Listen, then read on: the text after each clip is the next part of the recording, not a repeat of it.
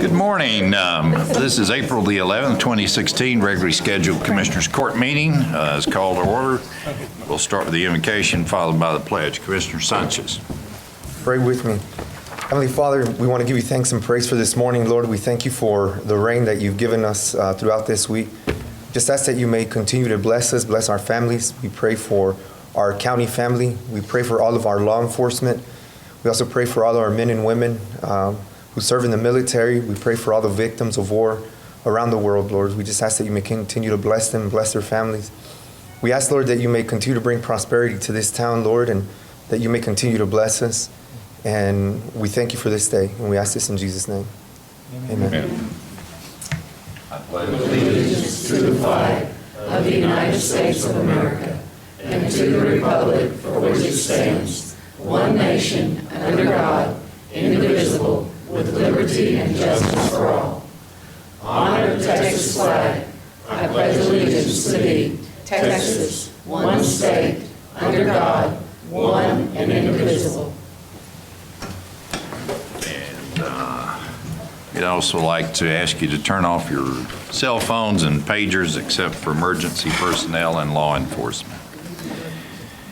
And please, no weeping during this next item.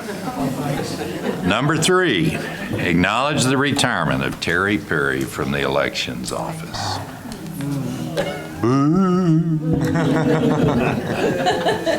And for those of you who don't know, Terry's been here a little while, and when I first had the opportunity to come to the court, and Randy also at the same time, Terry was the court administrator and then has moved around to help where she can, and help is an understatement for what she does.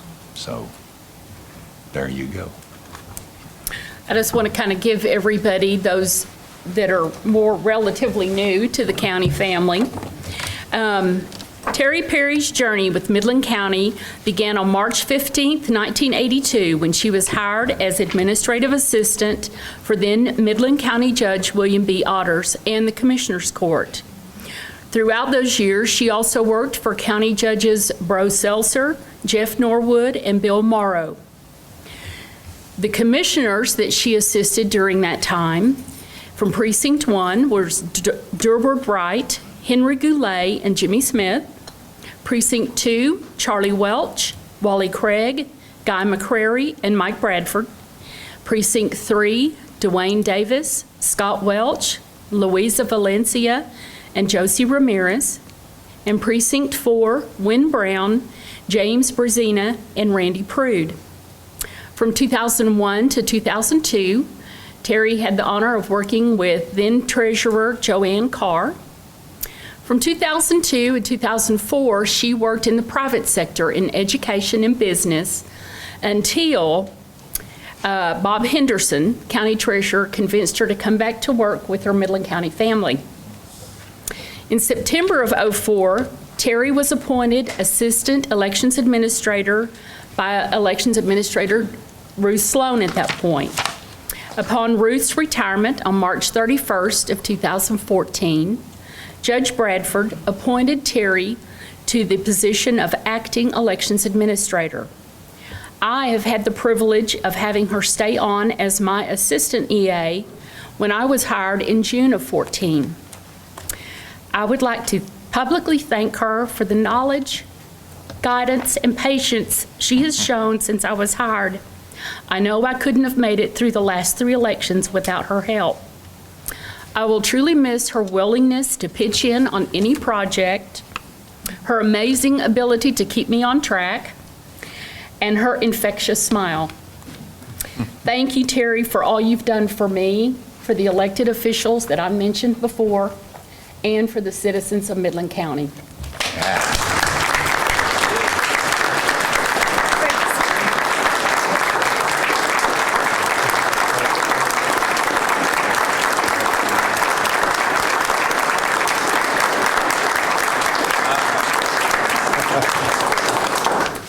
No.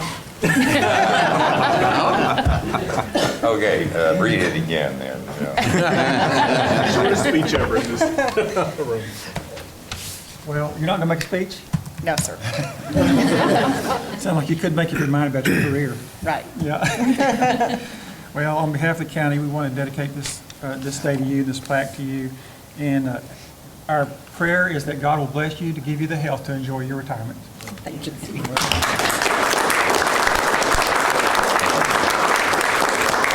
Okay, I'm going to try. that's all right. I just want to thank all of you for all the encouragement you've given me over the years, and most of all, for your trust in me. It's been a ride.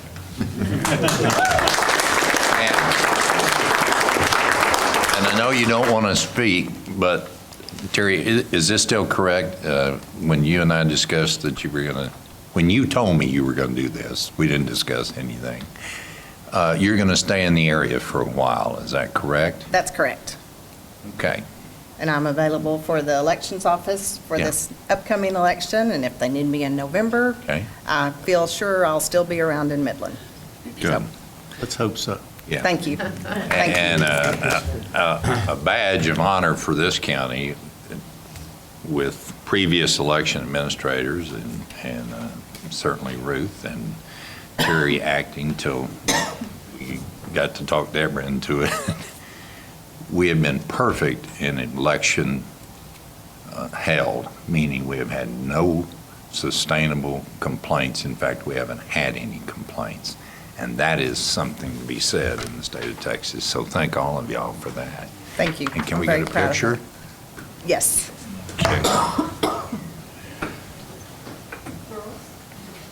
Come on. You're here, you get your picture taken. You're right in the middle. You can come up here. You work for the court too. Still, we don't have any eight-liners, Gary, so. There you go. Wow. As far as that goes, anybody else who wants to come up here. All right, you guys ready? Yeah. You get one more just in case. All right. Super.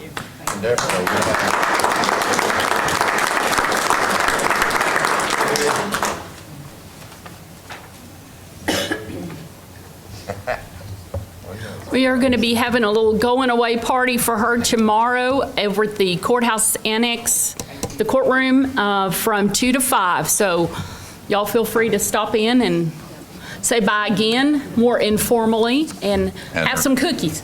And her actual day is the 15th, It's Friday. Her last day is Friday. so. Thanks, P, for everything. Thank the rest of that crew, too. Yeah. Is there a motion to acknowledge? Motion to acknowledge. Second? Second. All in favor? Acknowledge something like that. I know, Does we that could mean skip she it. has to stay? It has something to do with her getting her retirement, so. We have a motion and second. All in favor, say aye. Aye. Any opposed, same sign. Motion passes. Number 4, acknowledge Crime Victims' Rights Week, April 10th through 16th, 2016. Hello, fellas, come up here. Well, it's that time once again, and we always appreciate the fact that you are able to give us our proclamation acknowledging Crime Victims' Rights Week. The theme this year is Serving Victims, Building Trust, Restoring Hope. This is something that all the members of the Midland County Victims Coalition strive to do. Our ceremony will be tomorrow at 2 o'clock at the Doubletree Hilton. We realize this is going to conflict with Terry's retirement, but if you could at least come by for a few moments and then you could graciously leave and go on to the other. We will be acknowledging an agency, a community person who has served the community, and a survivor to thriver with our awards. One of the awards will be going to our own Teresa Klingman.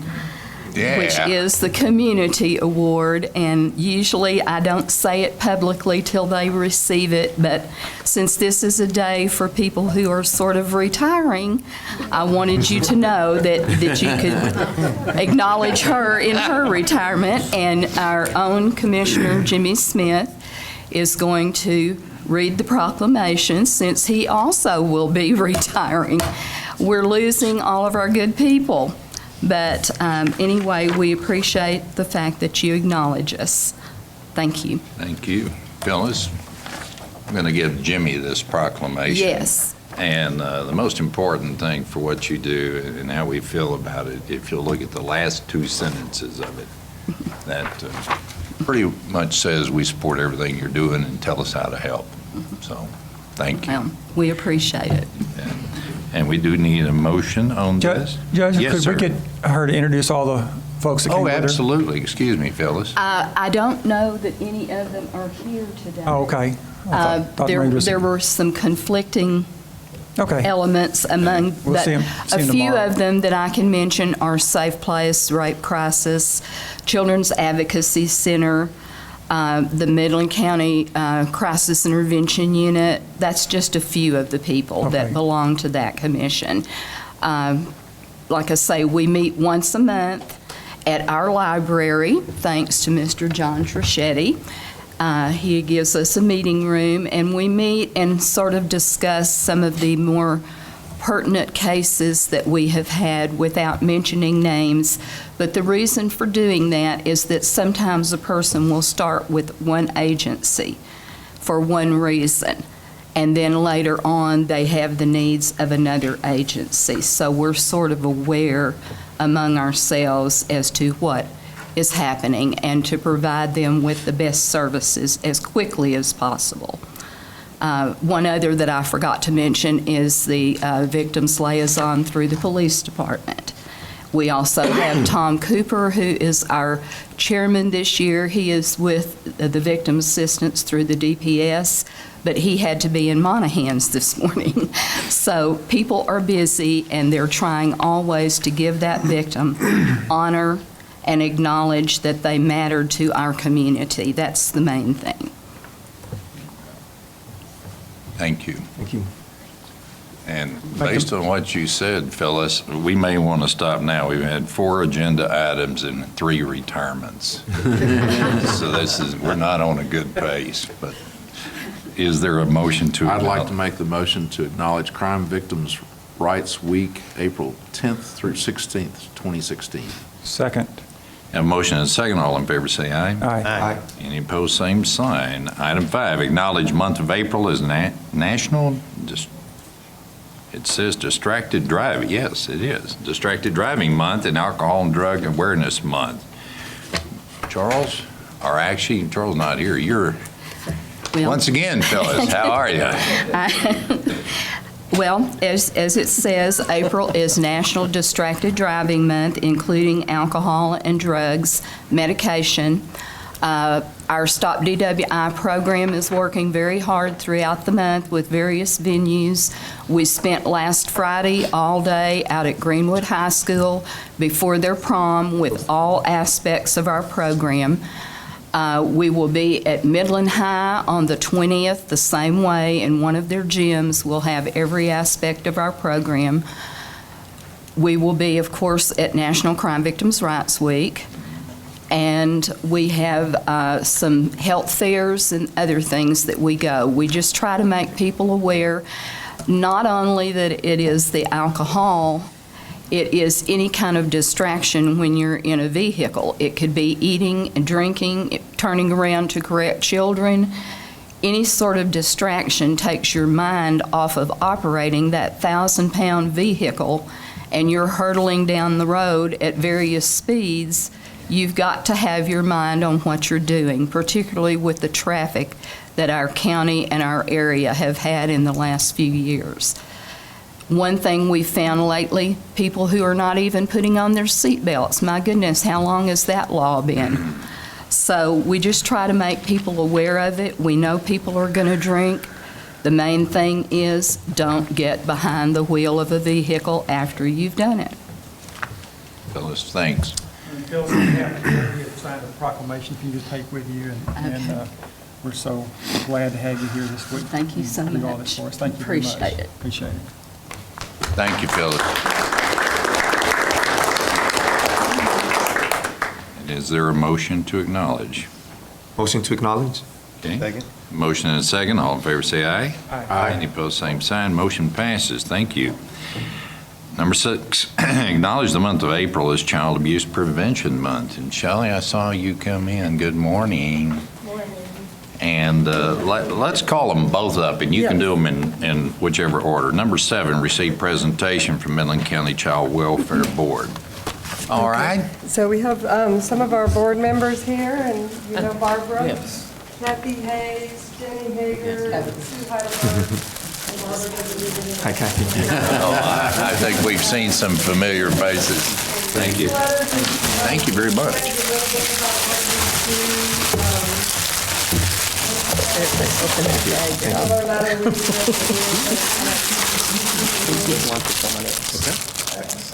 So we think the guys that they talked about, we attend a Region 9 meeting every quarter and represent different counties for all the districts, for all the counties, San Angelo, Midland, Exeter.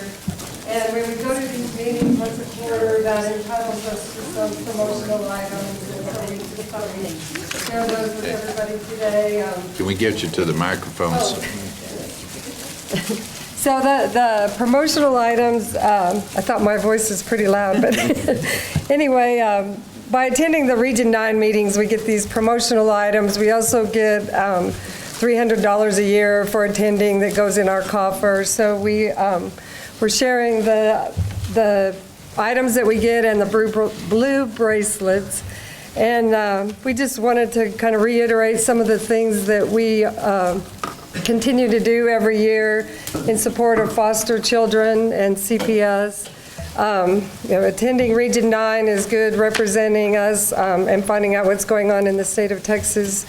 But then also as far as locally, we support the foster kids. A large portion of our budget that you give us goes to buying clothing for children when they're removed from the home. So we do a lot of shopping for children when they're removed from the home or something happens during the year and other reasons that they need clothing or uniforms.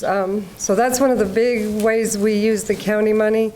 We also do birthday and Christmas gifts for the children.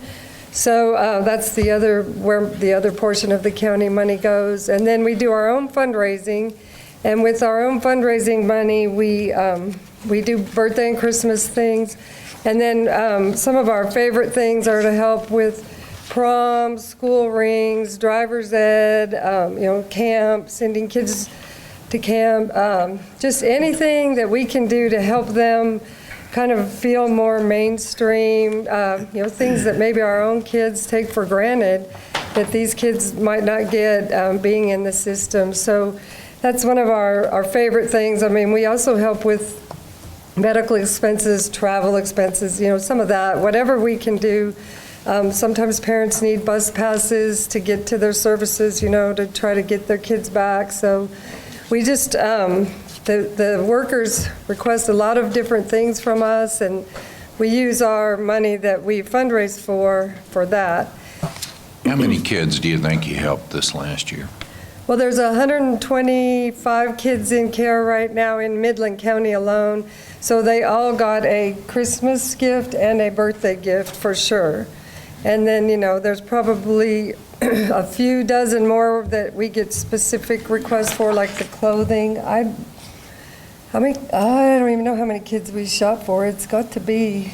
Oh, boy, that's Tricia. Yeah, Tricia Nelson does most of the shopping, but I would bet, every month it's probably 2 to 5 that we shop for. Are you seeing those numbers go down or level off? No, they're about the same. We were actually expecting an increase. With the downturn in the economy, you generally see a rise in the cases. But so far for Midland County, it's remained pretty flat. And you know, I mean, it's never good when kids are in care, but Midland County is actually better than, you know, Tom Green or Ector as far as our numbers. We have y'all. That's the easy answer.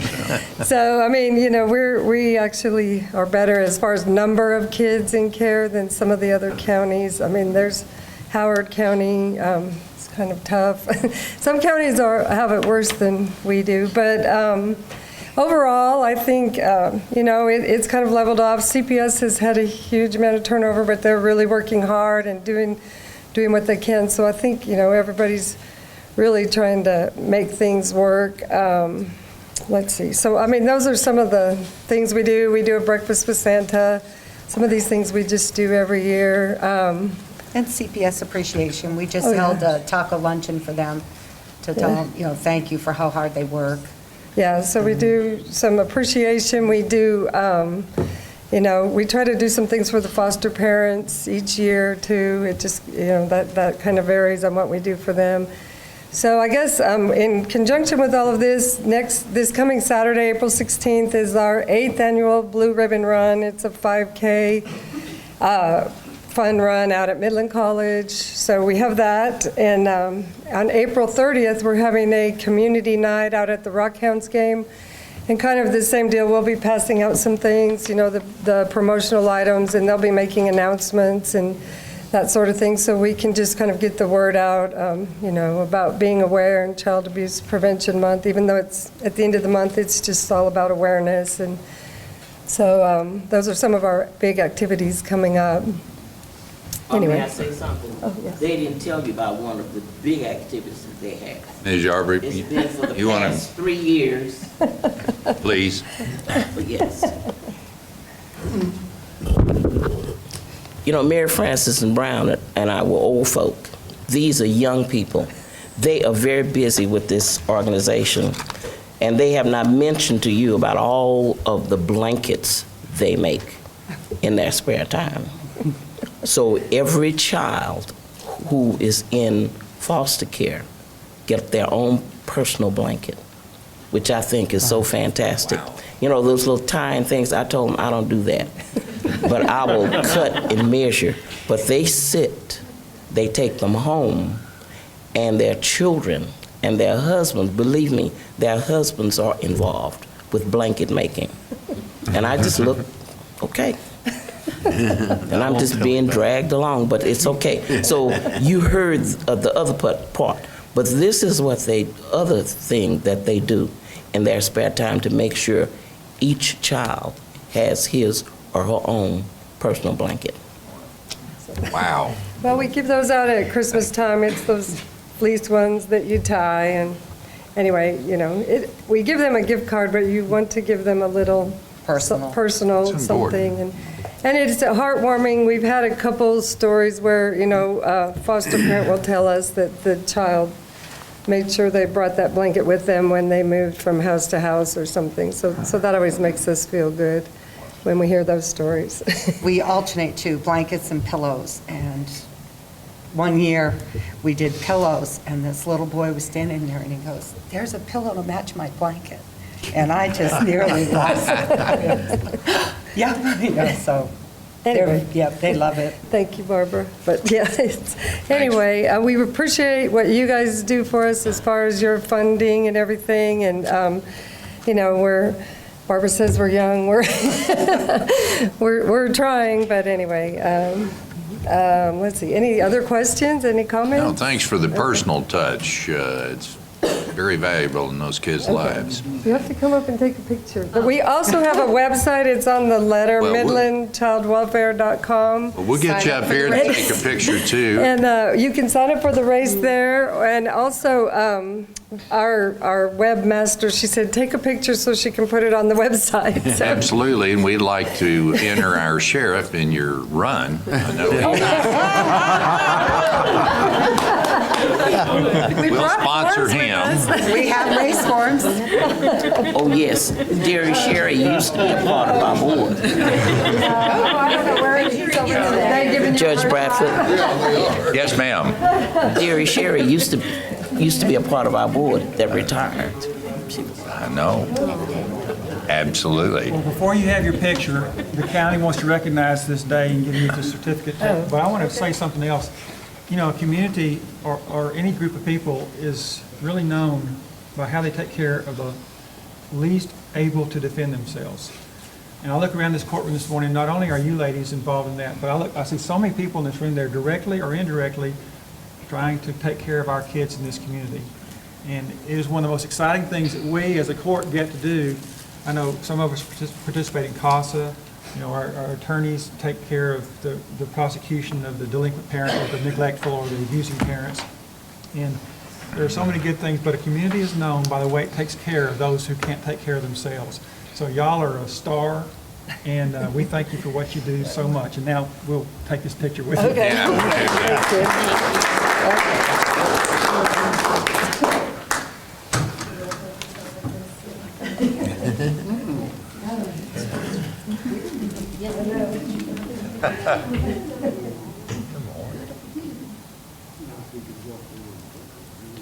Yeah, one more, just to know. Thank you. Thank you for the bags, very much. Appreciate it so much, so much. Goodness. I can say, you young ones, y'all watch that Ms. Yarborough, because I don't know how many young people that she has indelibly helped in this community. I know my son, my oldest is 47 years old, and she asks me every year, how's old Tony doing?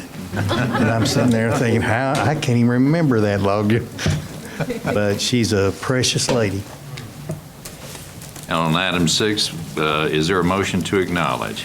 Motion to acknowledge. Is there a second? Second. All in favor say aye. Aye. Any opposed, same sign. Motion passes. And we have done number 7, so we'll go to 8, receive presentation from Senior Link. And you don't look like Saul. Jody, come up here. Good morning. Good morning, Judge and Commissioners. I'm sorry to report that Saul Herrera's father had a heart attack Friday, so Saul is staying with him at the hospital, and I'm filling in. As always, it is good to appear before you, and it's even better any day I get to hug Barbara Yarborough's neck. So There you go. I'm glad to be here. Most of you are familiar with Senior Link Midland referring to our Meals on Wheels program, which we're very fortunate to have the county support very handsomely through the Texans Feeding Texans grant. And one of our main goals is to keep the elderly in their homes as long as possible. But we know that it takes more than a meal for that to happen. And nutrition is a big part of that, but so is activity and purpose.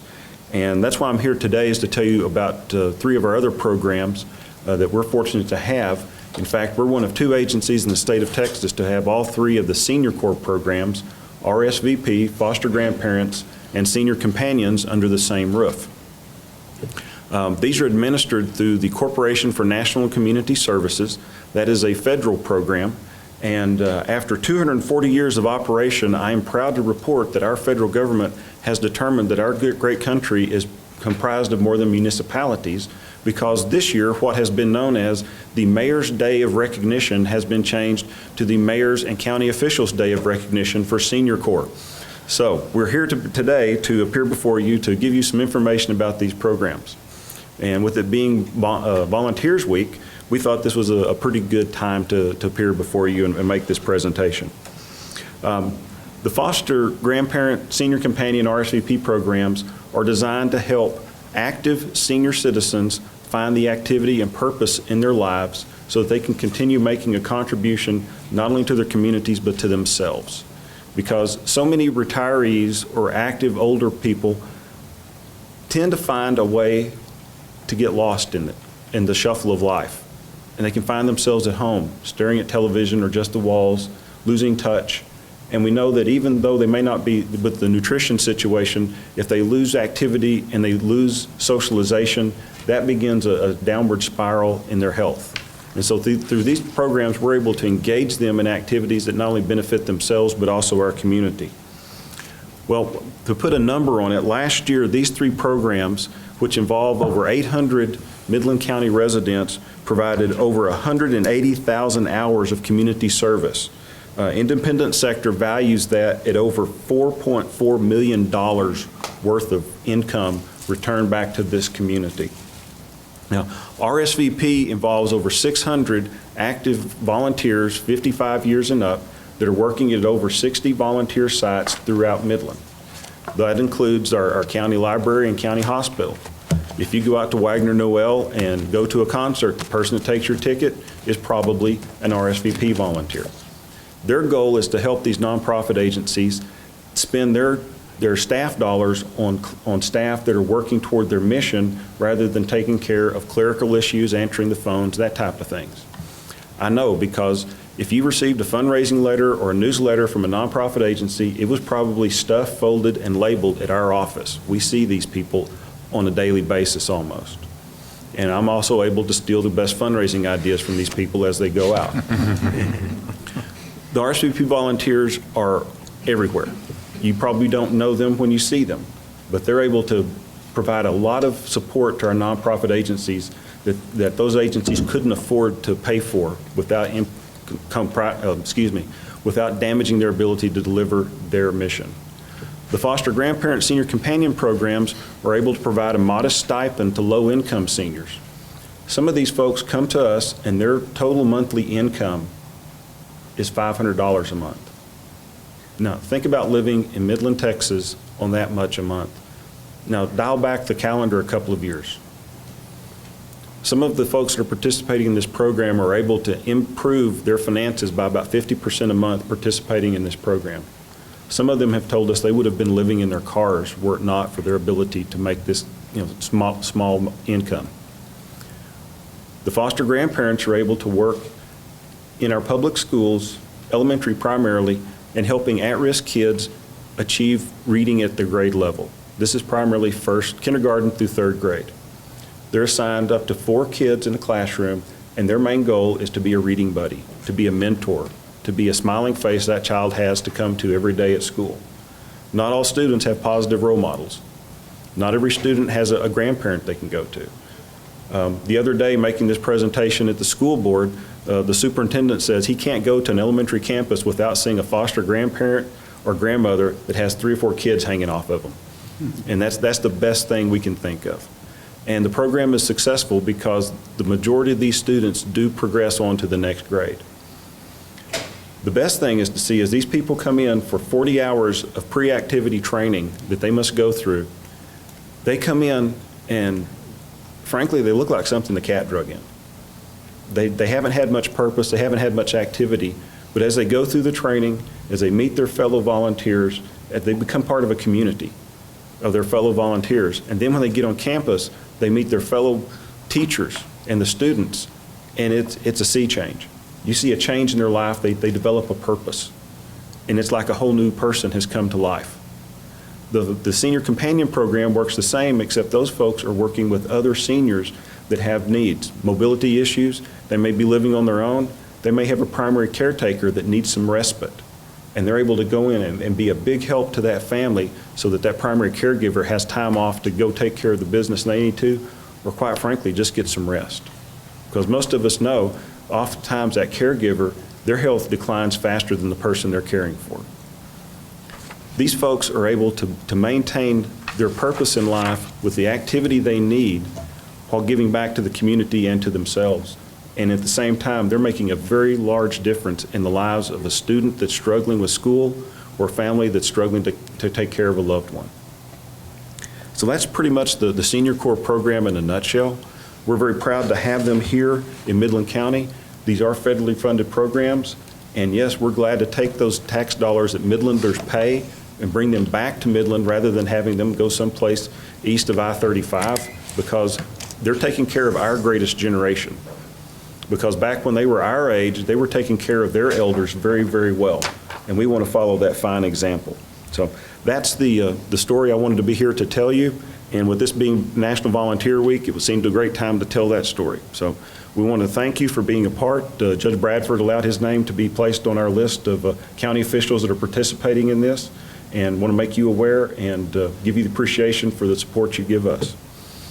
Jody, thank you immensely, because you and I have had numerous discussions on some senior issues that needed some tending to, and I'll add, he didn't say, well, I don't have the money. He said, we'll have it done by this week, and that continues. And I know those people we hear back from. Good. And thanks for doing that. No. And thanks for also sending this proclamation that actually said the county as a participant rather than asking us to support one that didn't have our name in it. So kudos to you and your staff. Well, sometimes it just takes the federal government a bit of time to catch up with reality, but that doesn't come as a shock to anyone. But we cannot thank you enough. It's invaluable, and the thing that most people don't know is we're around these folks every day, and they do good work, and they have great pride, and thanks to you to keep them up. We appreciate it, gentlemen. Thank you. Thank you. Item 9, receive presentation from SAM Incorporated, and I believe Courtney Munson has something to do with this. In just a bit. Well, why don't you come up and tell us about SAM Incorporated? Good morning. Good morning. I would like to introduce the Associate and Operations Manager for the SAM Surveying and Mapping LLC Corporation, Gary Vidro, and the Operations Manager for our new Midland office, Justin Cantwell. Good morning, gentlemen. Morning. Take this time to inform us about SAM. Well, thank you. First of all, good morning. As Courtney said, my name is Gary Vidro, Senior Operations Manager for Surveying and Mapping LLC, also known in the industry as SAM. A little bit about us. We are a national full-service geospatial solutions company. We provide surveying-related services to our clients across the gas and oil industries, electric energy, telecommunications, transportation, and all the public market sectors. We currently employ about a dozen staff members here in the Midland office. We plan to increase that number as our company succeeds here in Midland. We are also very active in supporting community charitable events. We are committed to being contributing members of the communities that we occupy. After significant success in 2014, we found ourselves outgrowing our office space, and in 2015 relocated to a new office location. That location is 3106 West Cuthbert Avenue. We were also fortunate to find Justin Cantwell. He is our current Midland Operations Manager. He lives here locally, has had experience in both Midland and Odessa areas for some time before coming to SAM. That said, we're looking to celebrate these landmarks within our company. We're planning an open house on April 28th of this month at our new location. We'll have industry experts on hand to meet the public and also share some of the and spotlight some of the technologies we use across these industries and the technologies that we're bringing to our Midland office. We'll also be having a fish fry with refreshments for all our attendees. I'm here to personally invite all of the commissioners to attend and help us celebrate our place here in the community of Midland. And we look forward to continued success here in Midland. And we welcome the opportunity to meet the local citizens, business leaders, and civic officers here in Midland. So y'all come on out. We look forward to seeing you there. On the 28th, Yes, at what time? I'm sorry, that would help. That's between 4 o'clock and 7 p.m. Okay, and tell us about SAM. We're your home office, and are you part of a larger conglomerate, or you? We are a 700-member firm. Our corporate office is in Austin, Texas. We have offices in Dallas, Austin, Houston, and Midland.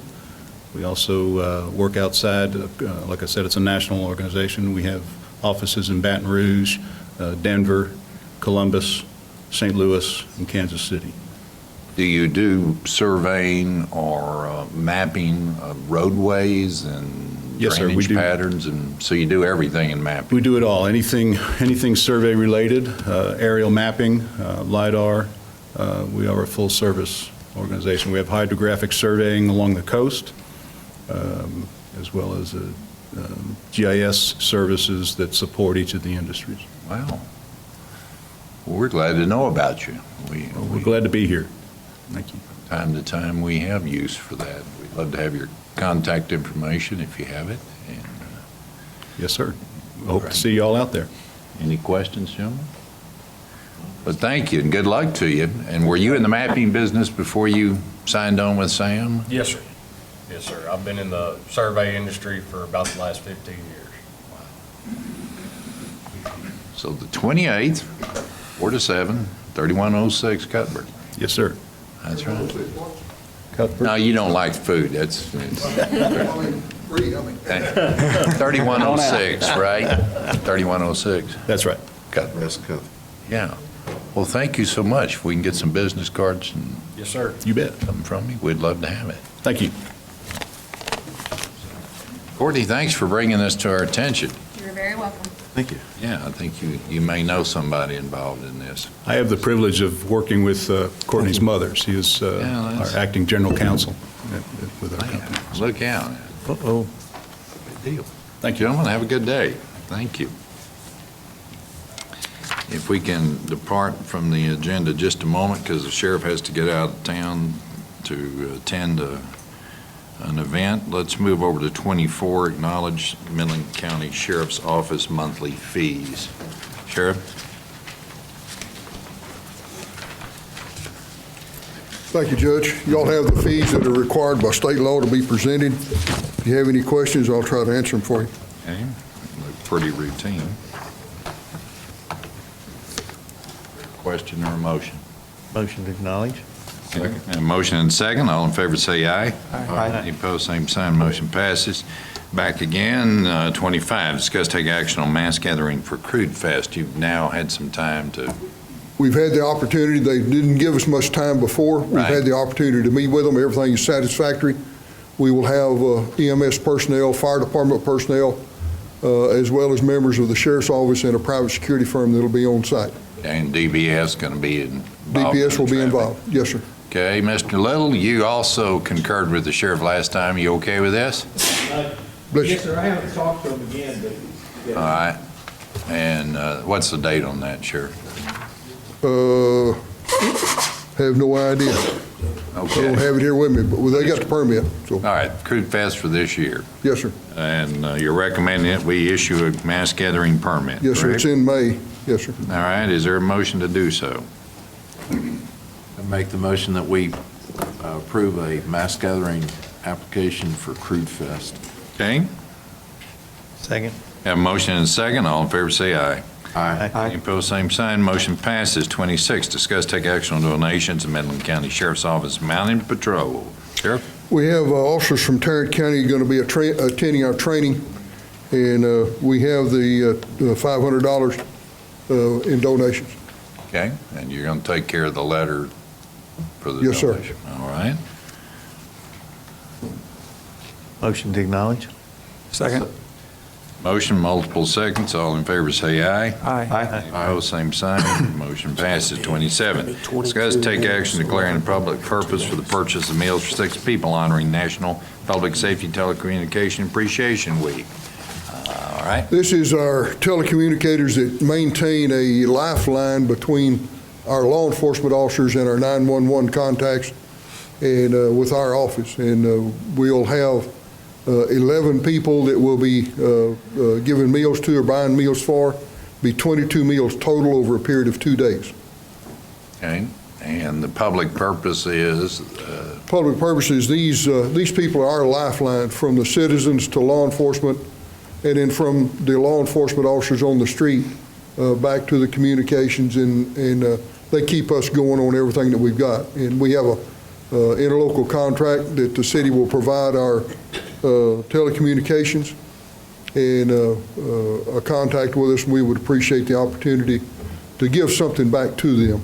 from the public side. So this is an annual get-together where they talk to each other and, Well, they're still on duty.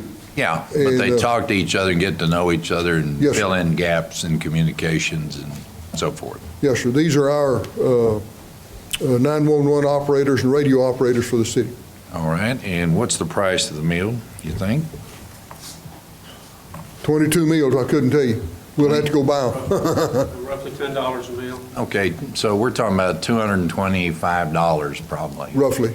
All right, and that's what you're asking the court to pay for? Yes, sir. You don't have any funds to do it? No, sir. and- All right, so there's the request. I'll make that motion. Okay, Second. have a motion and a second to pay $225 for the requested meals and honor for the National Public Safety Telecommunication Week. And Jimmy, that will come out of where? Contingency? Is that the best place, Veronica? Okay. Okay. All right, Come out so- of contingency. Thank you. Do that, and so there's a motion, and you seconded it? Guess we need to vote, don't we? All in favor, say aye. Aye. Any opposed, same sign, motion passes. Thank you. Thank y'all very much. Safe travels. Thank you. Appreciate it. You bet. Okay, now we'll go back to the agenda as published. Number 10, discuss take action on court minutes from March 14th, 28th, 2016.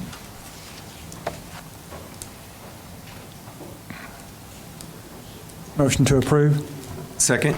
We have a motion to approve and a second. All in favor, say aye. Aye. Any opposed, same sign. Motion passes. Thank you. 11, discuss take action on library donations. Mr. T. Judge, Commissioners, you should have the backup. It's all material, no monetary. Okay. Motion to acknowledge. Second. Have a motion and a second. All in favor, say aye. Aye. Opposed, same sign. Motion passes. Number 12, acknowledge Midland County Public Library selection as top 10 bookish destinations in Texas by Lone Star Literary Life. You may recall last year we were number 2 on this list, just behind the Texas Book Festival. We slipped a little bit this year. We're number 5, but still in the top 10, and it's always nice to be kind of recognized for what we're doing statewide. So. Okay, is this a proclamation or something? No, sir. Lone Star Literary Life's kind of the go-to website. They do a lot of trade. They're kind of a trade publication online that deals specifically just with Texas libraries, book festivals, authors, literacy initiatives, those types of things. Okay, And but you're going to add this to your place on the website, Yes, sir. please? Yes, sir. All right, so there we have it. Is there a motion? Motion to acknowledge? Second. Motion and a second. All in favor, say aye. Aye. Any opposed, same sign. Motion passes. 13, discuss take action on out-of-state travel for Andy Tillman to attend the Interactivity Conference, Norwalk, Connecticut. This was a budgeted item. Yes, sir. So Annie, as y'all may know, handles the bulk of our hands-on educational initiatives in conjunction with our exhibits. She has a museums background, but she is working on a library master's degree. But this is a unique conference that kind of marries traditional exhibit service, just kind of putting out on display with the kind of interactive connectivity that we want to really reach our kids with. And so in the last budget cycle, we put this in the budget for her to attend to hopefully come back with some best practices. But I will say there's currently not enough money in the budget. Yeah, but we are taking care of that. We're about to ask him that. Okay. Tell us how you're going to take care of Well, that. we have some, in education and, we need to move out of travel into education and training. Okay, so you'll tend to that? Yes, sir. And it won't affect your other operations? No, sir. All right, so you've heard the explanation. Is there a discussion or a motion? Motion to approve? Second. Motion and second. All in favor, say aye. Aye. Any opposed, same sign. Motion Thank you, passes. Court. Thank you, John. 14, discuss take action on the election administrator and staff attending 34th Annual Secretary of State Election Law Seminar, Austin, Texas, July 10 through 14, 2016. Good morning again. Good morning again. Yes, sir, y'all have that before y'all. This is the annual seminar that we go to every year in Austin. Brings us up to date on any changes in the laws, education rules, regulations, that we might need to continue our perfect record, as the judge pointed out. I do have money in my Chapter 19 funds that will be reimbursed from the Secretary of State's office for travel and for one of our election clerks that works for us a lot of times to answer the phones while we're gone, because my whole staff will be gone to this, so. Okay. Motion to approve? Second. Have a motion and a second. All in favor, say aye. Aye. Any opposed, same sign. Motion passes. 15, discuss take action on out-of-state travel for the election administrator to attend certification courses. Excuse me. In Sanibel, Florida on July 16th through 24, 2016. Yes, sir. This is for the last 4 of my 12 courses to get my SARA certification. And then graduation, which I will bring up at some other court time, will be later on in Philadelphia. So that we can then say we have another certified election administrator. yes, sir. Very good. Okay. Motion to approve? Second. Have a motion and a second. All in favor, say aye. Aye. Any opposed, same sign. Motion passes. Thank you. Thank you, Deborah. Thank you. Number 16, discuss take action on out-of-state travel for Ivy Franco, Claire Littard, and Nancy Berdoja, Joanne Gonzalez, Heather Henderson to attend the National Association Court Management Annual Conference, Pittsburgh, PA, on July 10 through 14, 2016. This is the court where the district court staff goes. They've been doing this for a couple of years and brought back some improvements in the process, and you have the agenda attached to the information. Is it? Budgeted item? Yes, sir. Okay. Motion to approve? Second? Motion and second. All in favor, say aye. Aye. Any opposed, same sign. Motion passes. Thank you very much. And item 17, discuss take action on retainer agreement between Midland County and Ellison Bass and McGee LLP. This is for the updating of we talked last time and failed to get all the information to you. This is an updating of the rules and subdivision regulations that haven't been done since, Jenny, when was it? Early 90s, the last time we saw. 92. We've been kind of doing them on the fly, but this will be a total review and bring them up to date as to our population bracketed rules and laws. There are 2 things. Russell's reviewed the retainer agreement. The sample came with Sterling City. We're going to modify that to Midland County. And they are telling us between $5,000 and $10,000 as to what their cost would be to do this.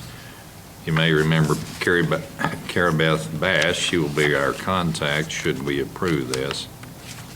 And there is one section of their travel that I have a difficulty with. We were paying them a fee and we were paying all their travel, but there's a statement in there that says they will receive, I believe it's $80 an hour while traveling.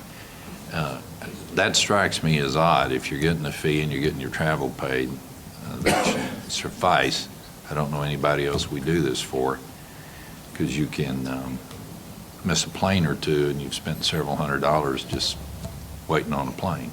So that's up for debate, and that's my opinion. But Judge, 2 questions. Has agreement been modified to reflect that wish?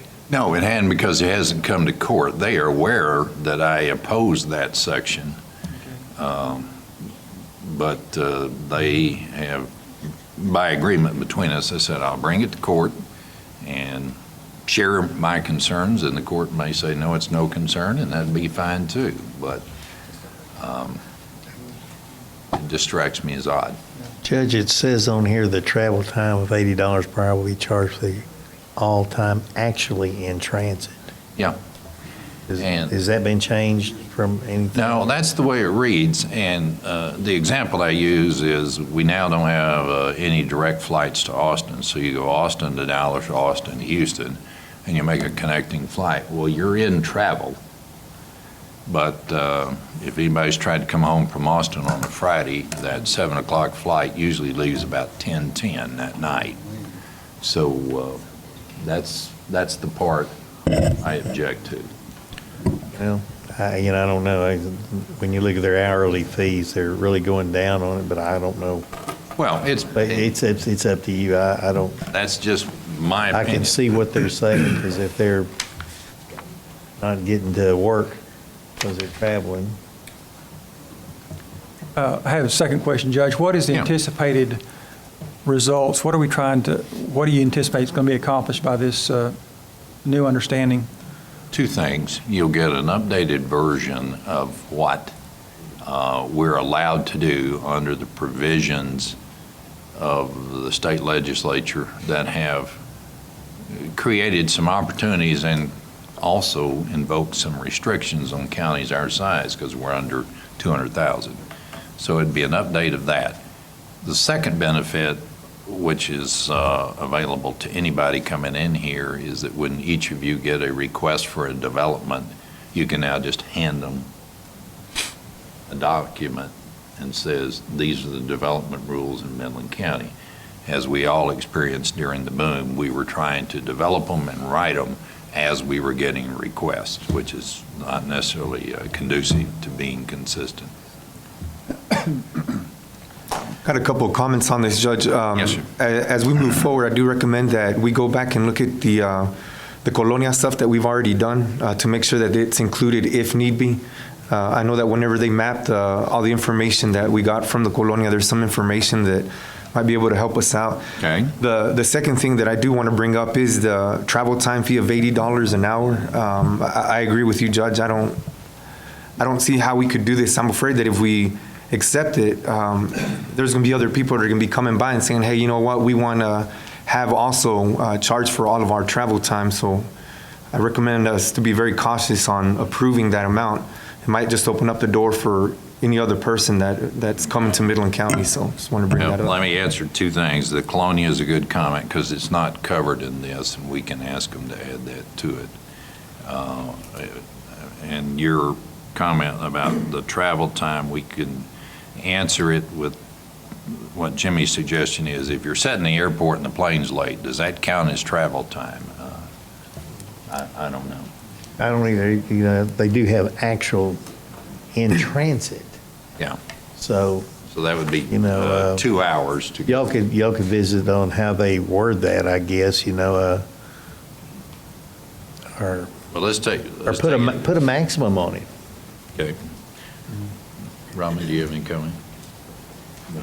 Randy, you have any comments? Well, and then a follow-up question to my previous question is, do we anticipate any change in the way we do business with, for example, man camps? Is there any new teeth or requirements that we haven't had in the past that might be existing as a result of new rules? There are some new regulations that are over in the health and safety provisions. They don't address man camps as a topic, but they do address gathering or squatter type encampments that are not chartered and go through the normal process. Okay. Well, I'm in agreement with your comment about traveling. I think what Luis said, I don't particularly want to open up the door to pay anybody, everybody's valuable, not just attorneys. Okay. So, well, if I may, let's vote first on the concept. Are you okay with the concept of rewriting these rules? yes. Is there a motion to that effect? I'll make that motion. Is there a second? Second. So we have a motion and a second that we like the concept with House and Bass. All in favor say yes. Aye. Any opposed? None. And then as to the $80 travel time, do you want to just investigate that and let me bring it back to you and say, here's kind of what we worked out? That's fine with me. Absolutely. That's fine with me. All right. So we'll leave that to a discussion with them. So for the record, we did approve hiring Allison Bass to do this work at the stated values. I believe it's on page 2 of the contract, maybe page 3. Oh, I just closed it. It's page 2. And then we'll settle next court meeting the travel question. Okay? Number 18, we That's to be held. We didn't get all the information. So 19, discuss take action authorizing the county judge to execute a quitclaim deed conveying approximately 2.8 acres in southwest corner, section 40, block 37, township 1 south, TNP Railroad survey to Mr. Graham McAllister Company, or not Mr., it's Graham McAllister Company. Kyle? Russell? We'll do it together. We discussed this previously with the court. This was a parcel of land that the county had acquired via tax foreclosure. And at some point in the past, I'm not sure when, through apparently a surveying error, this is about 2 acres or? 2.8, I believe. 2.8 acres were included in this tract, but actually belong to another landowner. There are 3 separate tracts that were in the same situation as ours and had previously been resolved with determinations that in fact there was an error. And in those, I think all 3 resulted in those landowners doing a quitclaim deed to the correct owner. I think one might have been as a result of litigation, but ours is the same situation. Kyle's looked at it a lot, and I've looked at it, and I don't see any. I believe that from everything I've seen, it is correct that those 2.8 acres should not be in the tract that we own, and rather than let that other landowner file a lawsuit that would end up being costly and would result in us giving the 2.8 acres away, I would suggest to the court that it's a good idea to go ahead and do a quitclaim deed. One issue before had been making sure that they were okay with the deed reserving to us a right-of-way for the road that is currently there. So there's no issue with that, and they're fine with that. Okay. Mr. Graham's been paying taxes on this property all along. He's just been on the wrong road. Is that correct? That's correct. Okay. I'd make that motion. We go ahead and execute the quitclaim deed conveying the approximately 2.8 acres to the Graham McAllister Company. Second. Have a motion and a second. All in favor say aye. Aye. Any opposed, same sign. Motion passes. Russell, do you have the deed? Not yet. I'll get that. Kyle, do you have the deed? I don't. I'll get it to you, Judge. Public service announcement. Done once, gonna Since go last back. time we saw Kyle, he got married. Congratulations. Thank you.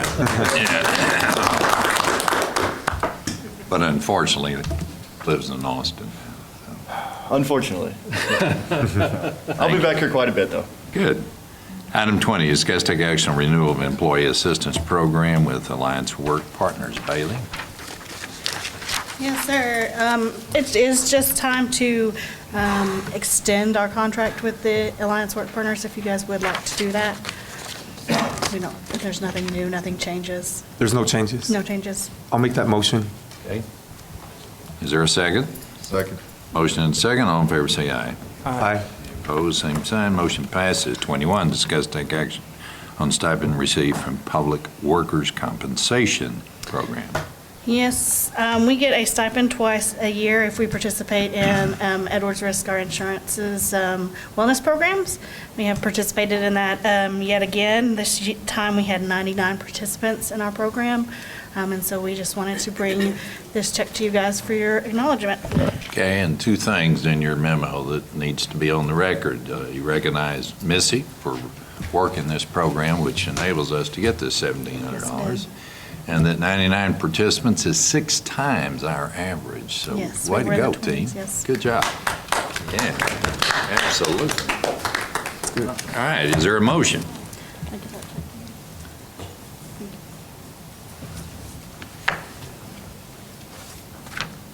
Otherwise, Motion to approve the stipend received from Public Workers' Compensation. I'm sorry, I'm trying to. we're getting money, guys. Okay. We have a motion and a second. All in favor say aye. Aye. Any opposed, same side. Motion passes. 22. Thank you, Bailey.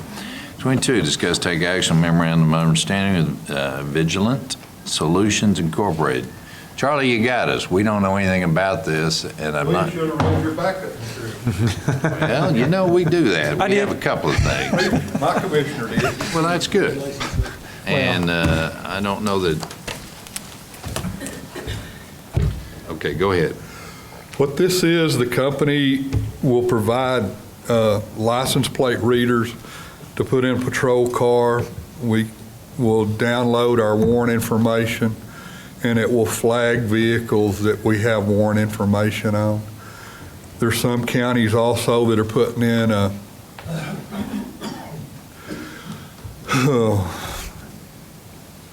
the sexual profiling stuff where you can go through a ball game or baseball park and snap off if there's any sexual predators that are attending those games, which is against their probation. Guadalupe County, City of Burnett, and I sent y'all that email, I don't have it, are using this. There's no cost to the county. Where they make up the fees is an add-on, sort of like Linebarger does on warrants. Okay, is this fee, well, obviously it's permitted under law, but is it in substitution of any other add-on fees? No, it's just another add-on. And have you talked to Warrant Services, who does warrant collection? They can't use it because you got to be able to stop cars. Okay, so you have, but they can't use it. So this is just for the cars that you guys stop with the software? Right, Okay. and I've forwarded the information to the sheriff, and I think it's all, let's see what we get or what we do. Go ahead, Randy. Go ahead. No. Well, I talked with Charles about this last week, and I think it's a very interesting idea to try out. As you're driving down the road, this software allows you to take a picture of somebody's license plate as you're passing by, and I think it's a really creative way to do something. What I didn't understand, Charles, was one of the statements on the agreement, because I agree with the idea about letting the add-on fee pay for it. It doesn't cost us any money to try it out. But something in there talked about splitting something 50-50 or something. Do you know, am I missing something about that, or does that? I'll have to. Because I'm not interested in splitting the warrant fee, right? No, it's my understanding that entire warrant fee goes to them. Okay, because maybe I read something wrong in there. The way you stated it as an add-on fee, I think it's something we ought to give it a try. I like the cost. Now, the sheriff's office and constables and other law enforcement we can add this software to anybody's vehicle. Is that a correct statement? Yes. Okay.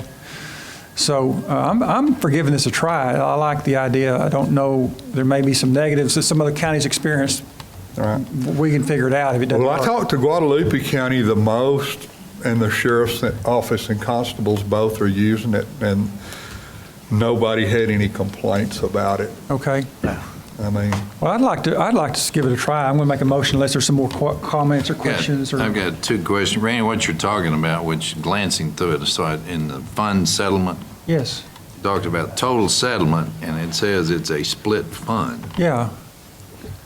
And then a commission. Do you understand what they're? I didn't really. So that's why I was confused. Yeah. The examples they use show split funds on the warrant.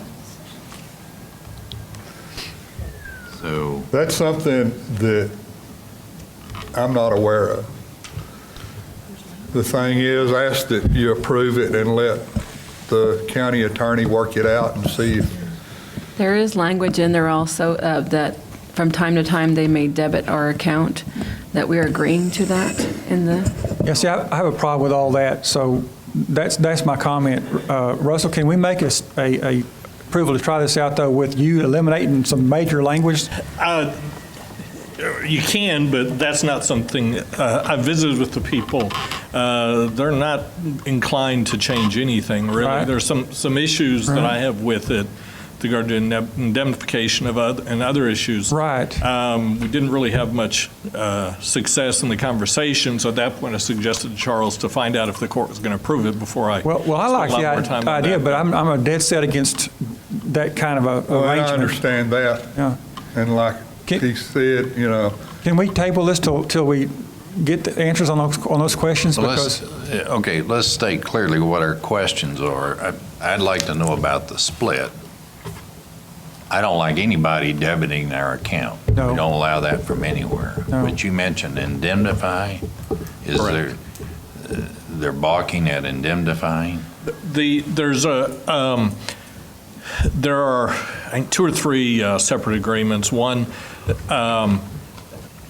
has us indemnifying the other party, and I explained to them that we don't do that and can't do that, and so we've kind of went around on that. They didn't say that absolutely positively they wouldn't agree to change that, but it was definitely going to require more conversations. But so I didn't discuss the issues like the debiting, but I can't imagine that they would agree to change that, but.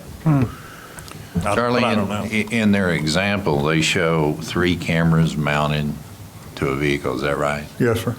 Okay. I appreciate the good it does. To me, it's big brotherish, but it may be what we have to do. I don't know. Does it strike you that way, or is it just? Just part of doing business nowadays. Okay. Whether I like it or not, everybody you're seeing it, the city of Midland has one set up that they paid big bucks to get installed. Okay. And all I'm asking is if you approve it contingent on Russell, give Russell authority to work it out, and then. Do you think the 25% upcharge on that is pretty high? It's what we're paying Linebarger, about $25. I disagree with add-ons, but I disagree with Linebarger getting add-ons, so it's, that's just the way the system is running now. Okay.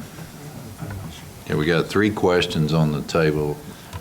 I have another question. You guys were talking about a split funding and 50-50. I didn't see the 50-50. I see split funding. It's in where here. split is what I got that from. So the split funding, going back into Exhibit C, it just talks about It's a not certain 50-50. amount. It's not 50-50 though. I just No. want to make sure we understand that. Yeah. No, It's it is split 20% funding. so it's 25% of the warrant. So it's the warrant plus 25%. Then they do their 20% split, where we would keep 80% and they would keep 20 is what I understand here. Well, we've got questions that need to be answered, so. If the questions are about, if one of the questions is about how does the funding work, then I think that's something where you table it, and then I'll be happy to look at it and give the court an explanation as to how the funding works. That's not the type of thing where you should approve it subject to me getting it worked out, because that questions you have. I think that ties to the debit question and the indemnity question. If it works out and we can do it faster and better, and the results they're great. I think that the desired result of our law enforcement being able to drive down the road and while they're doing something else, their car sees something illegal and notifying them, I think is a good idea. I like that idea a lot, but I'm not really comfortable with their financial arrangement at all. And I agree with you that you can't just, this is a significant issue as to how the funds are split. Do you want me to take a closer look at that? And Yeah, report back I'd like to for the you and court? Charlie both to take a look at how this is working in another county or plus the agreement itself. Sure. And at least that'd be and I appreciate bringing this to the court, so. And that was, the funding part was something I hadn't really looked at closely. So Yeah. I'll look at that and give the court a written explanation as to Can we get Would you like to table this, Commissioner? Yes. You had a request to table. Is the court in agreement? Yes. All right. And Jenny, if you'd make a note, when we get that answer, we'll put it back on the agenda. Okay? Thanks for bringing it up, Charlie. Thank you. Okay. Item 23, discuss take action on support of Star Spangled Salute event. We've done this the last 3 or 4 years from the chamber. The amounts are the same as before. What is missing is we're not sponsoring the run this year. There isn't one. And it's a general event, sports 25, and the fireworks support is 25. It's pretty much what the city matches to. So it's $50,000. It would have to come out of contingency. Do we know where this is being held this year? It's going to be held at Hogan Park, the last I heard. They are looking at one other site, but right now it's planned for Hogan Park. So if you want to continue, it does take a action by the court.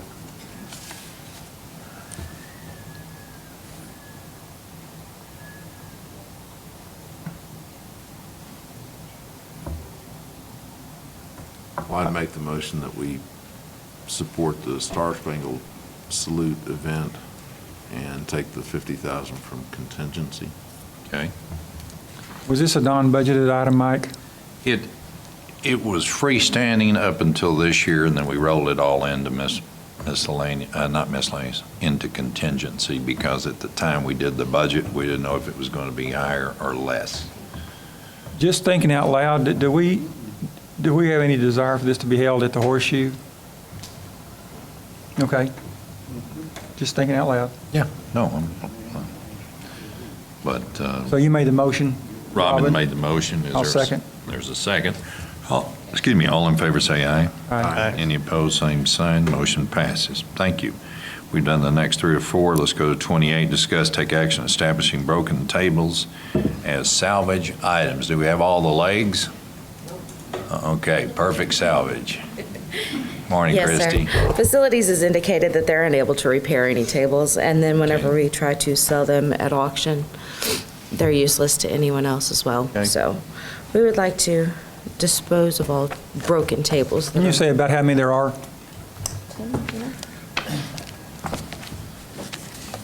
That varies. Trying to set this up because out at the Horseshoe, we have broken tables from time to time, and last year we stacked them up and had about 30 that we ended up throwing away. We would like to not have to store them, would like to just dispose of them as it happens. Okay. We try to salvage any parts that are salvageable off of them to repair the tables, but it just takes up space storing these broken tables until we can get rid of them all at one time. Can we give permission to the facilities manager to not only to declare current broken tables as salvage, but as tables are broken in the future to dispose of them as salvage? I think that's. I'd like to give him that permission if that's possible. I don't, not sure how we're. I'm surprised you're being so creative, though. That's. What? Well, then I retract it. No, don't you think that so my motion is for the facility manager to be able to, first of all, to declare the current broken tables as salvage, but also as he discovers tables in the future, that he has the ability to treat them as salvage, if that's okay with you. That is. And would we have to say that throughout the county or certain departments? Well, for right now, I'm just giving it to Tim, and then if we need to do something else in the future, we can address it. I think it stays with facilities because all the furniture and cabinetry and everything initiates through facilities and purchasing. Allison, did you get that okay? Okay. I'll second the motion. And that would be for the Horseshoe? Yeah. And that's all you're asking for right now, is that correct? Yes, because a lot of the other stuff is already on inventory and we have to deal with it separately. None of these tables have a tag on them. Right, they're still considered an Right. asset under your department, Right. so. Okay. So we have a motion and a second by Commissioner Smith. All in favor say aye. Aye. Any opposed, same sign. Motion passes. A question of general nature. Tim, a general question here. Is there any changes we need to make to what we're replacing them with? Is there a better solution? No, sir, we buy really good tables and we have a good warranty on them, but they just, sometimes the internal part that holds the table together just gets broken from all the, they put them up, take them down, put them up, take them down Right. so often that Right. they just wear out. And we in general, we rent these, don't we? No, sir, we own these. Oh, we own these, but do we charge for them to Yes, use? yes. So in other words, we're probably getting far more back than what it would cost us or we're getting more back than what they cost us, would be my guess or my question. Yes, they last longer than the value of them. Yeah, we get our money back on them. Okay. Through the rental. Do you also need this for chairs, or are the chairs a different? No, the chairs are different. They don't fold, so they just stack. So we're not So having we that don't same. damage near as many chairs as we do tables. Okay, thank you. Okay. So did we vote, Allison? We had a motion and second. All right, thank you. Okay, Christie, time has come, drum roll. Here we go. 29, discuss take action on purchase of jury software. This is the much discussed texting jury software to get them here so we can have trials. Correct. It is Okay. Jury 2016 Plus, and it is sole sourced to judicial systems. The sole source are the highlight features of this software. For instance, you can return a text message. When you get a text message to come to jury duty, you can reply with that message. Let's see. This is going to cost us $95,435. Between May 2014 and December 2015, the show cause collections, we earned $109,780. So. And Ross, I wasn't able to attend your demonstration. Is this the kind where the citizens, once they understand how to go online, can pick a date for jury service, or is that it? Yes, sir. Yes, sir, you're correct. They are sent a notice for a jury. Excuse me. They're allowed to bump it twice. Yes. And then after that, if they fail to show, it generates a show cause letter itself. Okay. So if you don't show. And your research on this software has shown that numerous other counties use it, or just a few, or how do you feel about who else is using this? It's used statewide and United States-wide, several counties, El Paso, Laredo, all around Dallas-Fort Worth. This is a system that most counties were experiencing the same type of 16 to 18% response in our jury summons. And once they installed this and had it up running, it jumped anywhere from 80 to 88%. That's awesome. And you're talking about cost, because what we have to pay in the county, we have to pay $10 for the Monday. And then any day after that, it's $40. So, excuse me, we have not enough juries and have to call back 100 for Tuesday to select more jury panels. That's $4,000 more that we've got to spend each week. Right. Plus the cost of jury cards. It's gone up from 2013 to $2,812 to this year. I've spent $4,267. Well, I know the court's been excited about this for a long time. Yeah, So it was originally part of the RFP that we were trying to get a year and a half ago, and we found out with those RFPs that they were buying this jury system package and putting it with their RFP and charging double. Mm-hmm. And this stands alone from NetData. It does not do anything with NetData. It's downloaded on the towers at our desk. We don't have any, it's going to be great because we don't have to argue with NetData or anything. Ross, you saved the taxpayers a bundle of money by figuring that out, and thank you very much for. And the good thing about it is, like I said, they do just what NetData does. They take the jury wheel from the state of Texas, they download it. The problem we've been having, as you know, is the addresses, bad addresses, deaths, moving, everything like that. And that's because we rely on the state. When we put in there that Jimmy Smith moved to Llano, it might be put in December when it's reconstituted. This new system, the minute it's put in, Jimmy Smith is kicked out right then. So he won't receive another summons from Midland County. Question. Yes, ma'am. How are jury checks sent with this system? This- Normally we download from that. Yeah, it downloads to you. They'll still be downloading to you and be able to send it like that. What kind of check route My understanding is it's basically the same type we have in NetData, but it's supposed to be easier. So I bet something's got to be put on my PCs too. Mitzi, you want to get to the microphone? We can't hear you. I'm just guessing this software's going to need to put on a couple of my PCs too, I would imagine. Yes, ma'am. They'll do all that, and it's all in the price. The best thing about it is whenever NetData does an upgrade on jury system, whatever, we get charged for it. And I'm tired of paying for a subpar product. This, if there's something happens, if there's a new law introduced, anything like that, it's free from now on.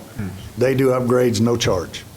Okay. We got a couple of questions real quick. Yes, sir. Other than the $95,000, I'm looking at this annual technical support of a little bit over 8,000 for year 2, 3, 4, and 5. Yes, sir. Then on that bottom part, it talks about a 5-year period and then a 10-year period. Yes, sir. Are we purchasing this by 5 or 10 years, or is this just an example that That's if you what were to we- have it for 5 years, this is? If we could purchase it, but our laws do not allow us to purchase out year after year. Correct. That's the cost and the savings we could have. If we, okay, I understand now. So we can purchase, the first year, then every year you see the annual cost, it will be just for technical support. Correct. Have you seen any of the checks? I just bought 10,000 new heat and seal jury checks, so you think I'll still be able to use? Have you seen any of it? I have not seen that part of it. We didn't, on the show and tell we had the other day, there was nothing in there about the checks, but we can call Heath and ask. Okay. Mike, can you come up a second, please? And while he's coming up, Christie, you said that we took in over 100,000 in show cause. That goes to the general fund. Correct. So this is really not a budgeted item, but we got a way to get there. Okay. Mike, have you reviewed the network requirements or the requirements to run this software? Yeah. We're okay with it? Yes. All right. And the next question is, we have some money set aside for a bigger piece of software partially in your account, and I'd like to take part of that to buy this because this is here and now, and that other software is not ready. Okay. So I'm suggesting to the court that we move this purchase price out of Mike's software purchasing account number to buy it. But I got another caveat, and I don't think you can answer it. That Mincy raises a question about the check type and how it prints, which is nothing that I think any of us have heard. Do you know anything about it? I do not, no. Okay. So I'd ask the court to make it the approval condition upon fulfilling the information about the check type, so we don't end up buying more checks and changing everything up again. If the court would like to table this just for a few minutes, I'll call Heath with Jury Systems and make sure that. That'd be a good idea. Okay, so if the court's agreeable, we know how much it is, now we're going to pay for it. Let's move to table it till after executive session so y'all can get those answers, okay? If I could add, if I could make the request, we add some additional language in the, as terms of accepting. Yeah. Today, they're doing the telephone portion where it dials out to people in kind of an old school manner. Yes, sir. We can make it work, but it's kind of kludgy. They had agreed to Kludgy? yeah. Okay. They had agreed to within a year update their technology to be more compatible with our digital phone lines. Yes, sir. We had named that as a condition of buying the product, just something in writing that says within 12 months or so. Okay, they Russell, will did you make get that? happen. This part of this would be conditioned upon that upgrade, if you'll give him the exact language. Okay. And I'm assuming my colleagues agree to that. Oh, yeah. So, absolutely. Okay, so we'll move to table this and come back to it. Okay? I feel like a kid on Christmas Eve, though. I've been looking forward to this for a long time. This is really exciting. Then you'll be the first one to jury service. Well, they always like me on juries, so whatever. Item 30, I just want to brief you on this a little bit. This is a discuss take action on implementing of Government Accounting Standard Board. This is another GASB 68. We've had a preview, Veronica and I have had, but I kept asking for some examples, and they were going to get them to us. They arrived Friday while I was in judge's school, so I haven't got a chance to review them. I would ask that the court delegate this to Veronica and I so we can get this resolved as to how it affects our financials. There is one way it decreases them a little bit. Then there is another suggestion I'd given Mr. DeRee where it actually increases them, and I need to work that out with him. I'm not comfortable addressing this other than what I've asked you to delegate to Veronica and I. And it's the implementation of GASB 68, whether we implement it or not, on the countywide financial statements. And they won't be able to give us financial statements until we make a decision on that, Right. so. And no fault of our own, we've been asking for this since November, and it just arrived Friday. So if the court would be so kind to delegate that to us, we'd appreciate it. Can we just acknowledge that? Well, Do we need a motion it to would say take that? a motion, because it is a court decision, since it's on the financials, so if And so then after you guys review it, and if you're comfortable with it, then you're going to move forward with it? Yes. Is that my That's what I'm saying, to acknowledge Yes. that episode. So, Yes. in other words, I'm in agreement with what you just said. Do we need a motion to say that? We do need a motion. I'll make a motion that we delegate this item. The adoption. The adoption of GASB 68 to be further studied and brought to our next court session by Veronica and the judge. Okay, and we may indeed go forward in between here and there. We just have a lot of odd questions. Sounds good. Okay. What did we start out with, 32? Oh, yeah, Gadsby? yeah.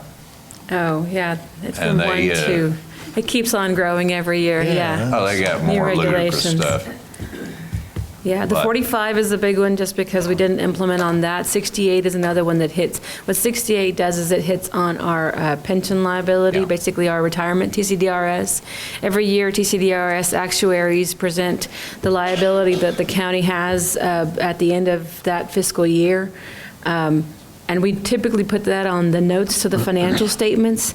Well, this year, they want us to actually put the number on the countywide financial statements. And that's what the implementation would involve. Veronica, is this designed to try to make counties look bad, like some of the things that the state legislature has tried to do recently? No, I think the intent of that GASB is basically just so that counties and cities can see the liability, because it will apply to all governmental entities, so that counties and cities can see the potential liability that they have out there when they adopt certain things. When they adopt, our contribution to our employees is at 180%. Well, most counties is at 200%. So when you adopt those things, there's a liability that comes with it. And so what it is just making sure that these counties are aware of what their liabilities are when they adopt certain things. Well, and I'm in favor of that. That's good. I like clarity or openness.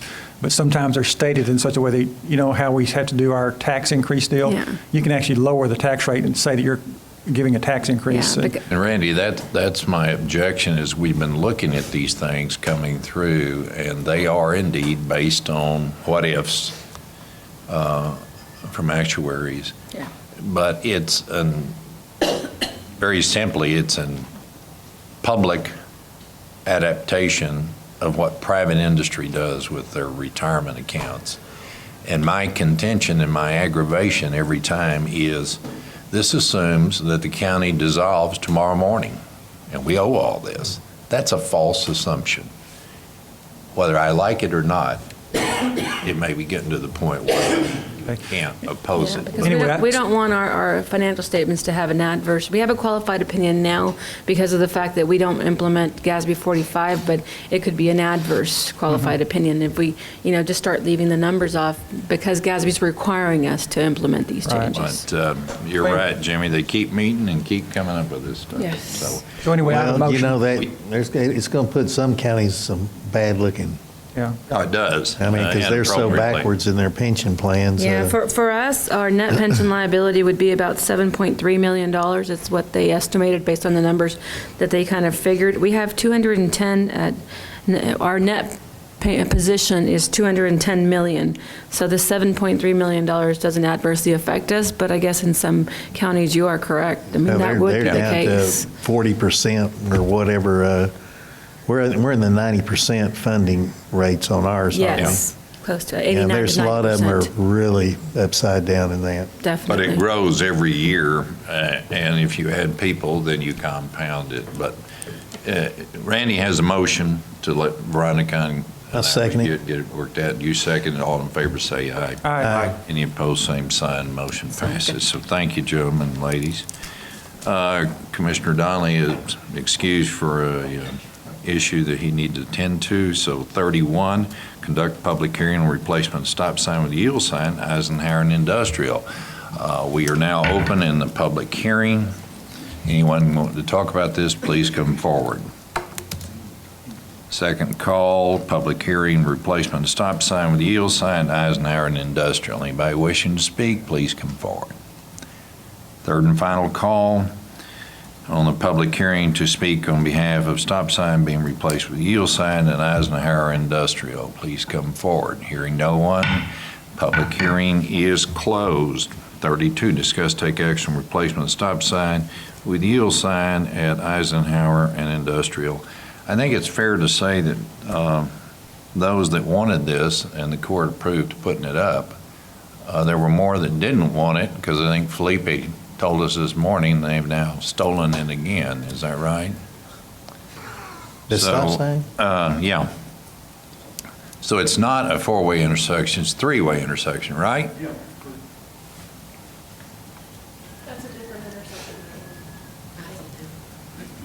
Is this four-way intersection or three-way? This is three-way, but the thing is, this a different, this Eisenhower, the one you're talking about is 1180. Yes, but we're still talking about replacing a stop sign with a yield sign. Mm-hmm, an Eisenhower. What's the purpose of replacing the stop sign with a yield sign at that intersection? The railroad does not want the big trucks stopping on the railroad. They want where they just come over and they can turn off. When they can. They're trying to 'cause, prevent right accidents. now, they're getting tickets every time they go over. They're trying to get off the tracks. I see. It's, because there's not that big a distance once they get across there. I've had several calls from business owners saying it's causing a lot of grief. Now, whether that's going to be the answer or not, So they're wanting the They yield want to go sign? to the yield sign. a yield sign's a lot easier to, Sounds fair. I just was curious to see. And Commissioner Donnelly put this on here, it's properly advertised, and he supports it. So, yeah, I'll make a motion to approve this. okay. Second. Have a motion and a second, all in favor say aye. Aye. Any opposed, same sign, motion passes. Felipe, thank you. And it was the other stop sign they stole, right? Yeah, the ones off from. The ones that we barely put on 1180, Yeah. and they stole them this weekend. But they got put back up this morning. Thank you very much. You're welcome. And speaking of that, as of this morning, 3:07 and 11:30, those signal lights are in Yes, and sir. working. Yes, sir. That is now a stop regulated Yeah. intersection. Yeah, because this weekend they were just blinking red, now they're blinking red, yellow, and green operating. Okay, Felipe, good. do you have access to any silver nitrate? You can coat those signs with silver nitrate, and whoever did it, their hands will turn black for about 2 or 3 weeks. Good idea, Randy. I used to do that, well, never mind. Wait, what? That's a good way to catch thieves. Put your hands up, Randy. It's a good way to catch thieves. Okay, thank you. All right. 33, discuss take action on Midland County Fair licensing agreement. We talked a little bit last time, and we got it all detailed now. And that is, we've just been allowing the use of the name Midland County Fair. They are now up on their feet, have their own board of directors, and they manage that fair internally. And so in talking with those on that board, and Russell and I, we believe the better thing to do is to move to a licensing agreement where they can use the name Midland County, and in return, we get a couple of things. We get a board that's intact and reflective of the community, so you don't have everybody living next door to each other, and that we get annually some audited financial statements, which is a timely item that we needed. And down in item 4, it lists the duties of the license, and 5 to 7 members, and that they'll have a single spokesman, because we found ourselves all of a sudden having multiple spokespersons that were really doing a certain part of the fair, like the rides and the food, and the message was getting convoluted sometimes. So we asked that they have a spokesperson, and they've agreed to it. So we would give them the license, and they would give us the audited financials and the assurance that the board would be representative of the community. I'd like to make a motion on the Midland County Fair licensing agreement. Okay. To approve it? To approve it, yes, sir. Second. Have a motion and a second. All in favor, say aye. Aye. Any opposed, same sign. Motion passes, and I'm assuming, Commissioner, you want that to go in effect immediately? Yes, immediately. And when can we get the all this information, the financial statements, item 4, the duties of license, the board, and all that information? We'll get the financials, so they typically bring them to us in the spring. That's what provoked this, is they're ready to bring us some, and said, hang on, let's do all this at once. And we'll get a list of the board members, manager, spokesperson? Yeah, because people have moved from the area, and they've replaced those board members as they move, and so we all need to see that. Okay? Thank you. All right, you bet. 34, discuss take action on funding Justice of the Peace laptops. Robin says he has this, but Dwayne, do you know anything about this? Or Mike, somebody help us. I've known briefly, just little bits of it, that apparently there was some laptops that were delivered to the annex and were signed for, but now they're not able to be found. Okay, if they're not for the annex, why did they go to the annex then? There's good answer. Well, that's more than what I know. Mike, do you know anything about this? The vendor, we requested multiple times that the vendor change our shipping address. We've had other stuff delivered to the annex. They never did. That's why I went to the annex. Okay, but we actually ordered these laptops, is that correct? But we can't find them. Correct.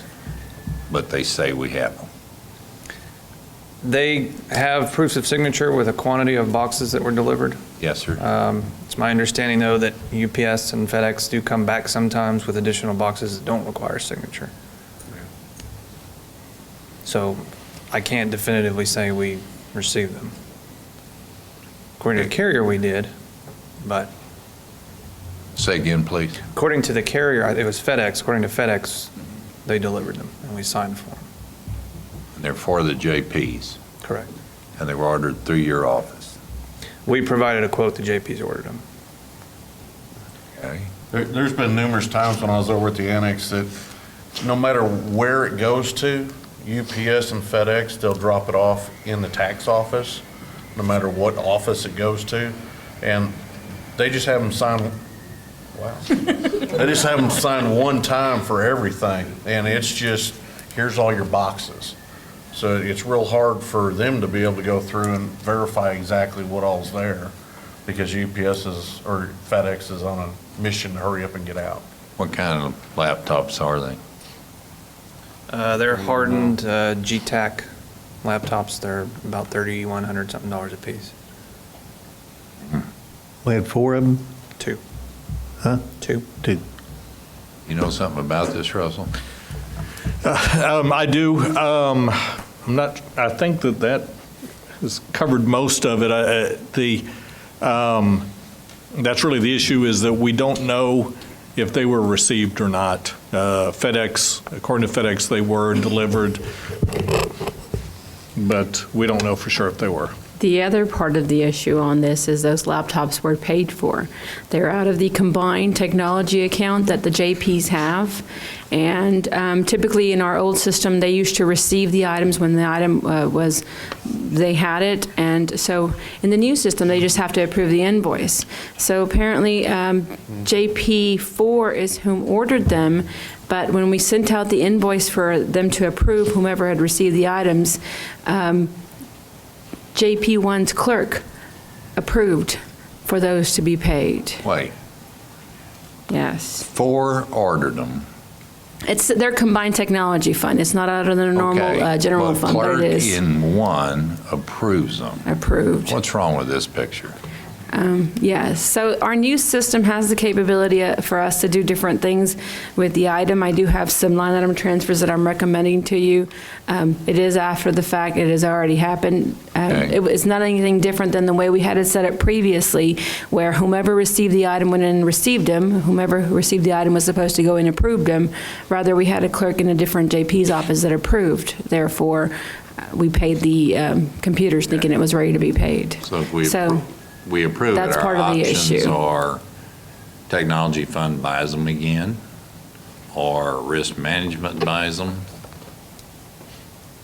That's for the court to determine, I think. Well, I'm talking to my colleagues. I think that's our options, are those. Well, we got any recourse on any Not that we getting have them? found. I know that they've contacted the company quite a few times, and they swear we have them. What we have done is open a case with the sheriff's office for theft or stolen items, or I'm not sure what they classified it under, but now the serial numbers that they shipped have been put in TCIC as stolen. Okay. What's your pleasure? I'll make a motion that we go ahead and reorder those two laptops and I guess to come out of risk management at this time. Okay. Until we got something better to do. Okay. Second. Have a motion and a second. All in favor, say aye. Aye. Any opposed, same sign. Motion passes. Thank you, guys and ladies. Yeah. If they'll just forward me the information, be happy to order them. Okay, you'll talk to Constable Precinct, or JP, Precinct 4. Okay?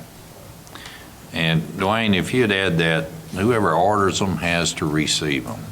Okay, no problem. Okay? Thank you. Now the big one, 35, discuss take action on additional funding for capital cases. Judge Satterwhite and Judge Rucker came to visit about a most unusual scenario. We haven't seen this since I can remember. 5 capital murder cases in Midland County. While the public defender office that we fund based out of Lubbock pays for them, they don't pay for all the defendants in this scenario. They only pay for those charged with capital murder if those other individuals involved in the case turn state's evidence or turn to testify. As it's explained to me, this fund that we pay into will not cover it. And you're giving me the face I had, Teresa. I mean, it seems somewhat nonetheless, Judge Satterwhite is asked to have $500,000 available to him for the purposes of witnesses and doing this case in the proper manner, these cases, excuse me. He may not use it all, but he has to have some of it. So that is the setup on it. The other part of it is I've been looking through the budget, and it'll take a combination of things to get there.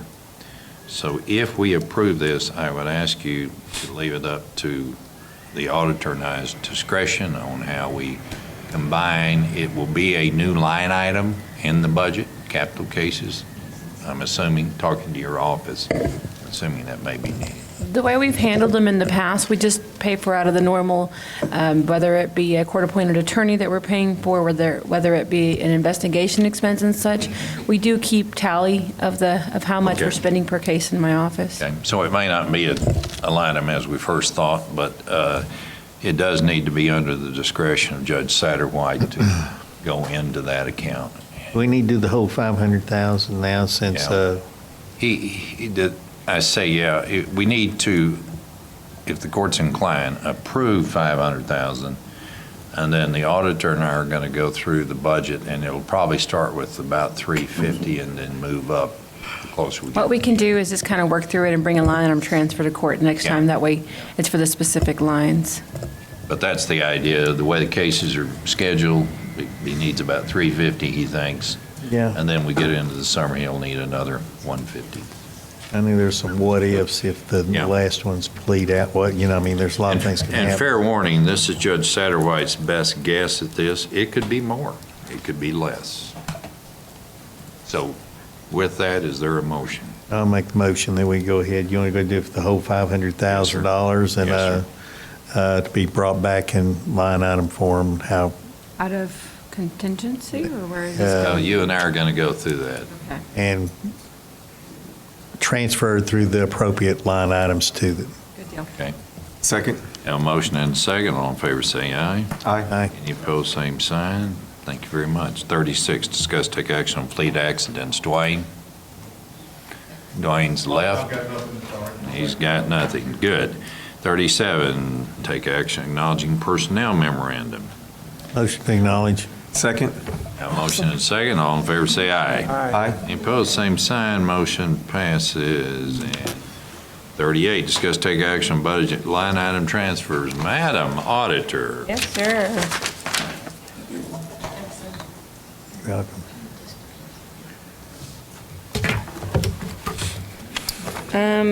I do have about 3 line item transfers to bring to your attention.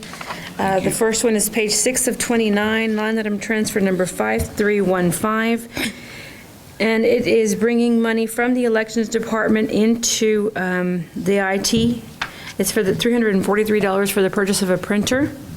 Since it's from one department to the other, that's why I'm bringing it to your attention. The other thing I have is just janitorial supplies of $22,000. I think it came to court last time, and we took it out of the facilities budget, and it was my mistake. We put it in the janitorial supplies for the jail. It really is admin, because it's for the reds or yellows or whatever color they are to clean the facility. So that one is that one. The other one I want to bring to your attention is I have line item transfer number 4656, which is page 27 of 29. And that one's bringing money out of event support into education and training. I do have 2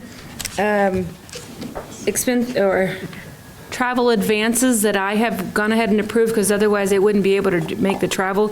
So we've gone negative in education and training in the library, and this money, he's bringing money out of event support, $3,100 into education and training to cover that one, to be able to go on this. So he doesn't have any more money in his travel? No, the $19,000 that was given to him initially is already exhausted. Wow.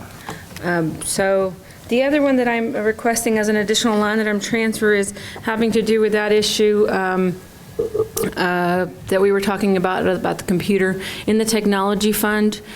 Typically in the old system, we weren't able to break it out. It was just capital outlay, and we knew from the budget, and we'd give Christy a copy of this is how much each of them ordered.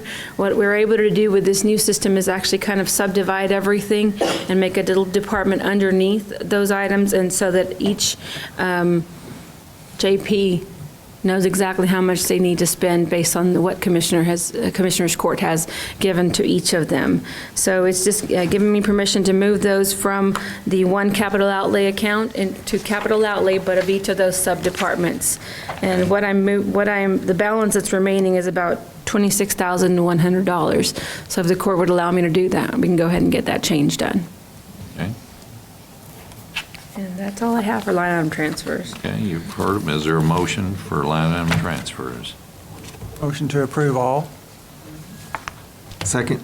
Motion and second. All in favor, say aye. Aye. Aye. Any opposed, same sign. Motion passes. 39, discuss take action on bills and wire transfers. I have 2 exceptions this morning to the bills. One is from Xerox, and it's $175. I believe this is courthouse security, just having to do with the hard drive. Once we got rid of Xerox and are now under RICO, they're charging us $175 to clear out that hard drive for our security.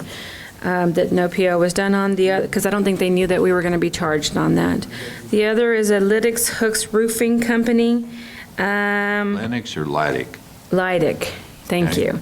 And it's $12,130. It is to remove and replace gutter as estimated, it says. And I have here, and the explanation says, and this is from Dwayne, yes, this would be me, but I never got the quote, so PO was never issued.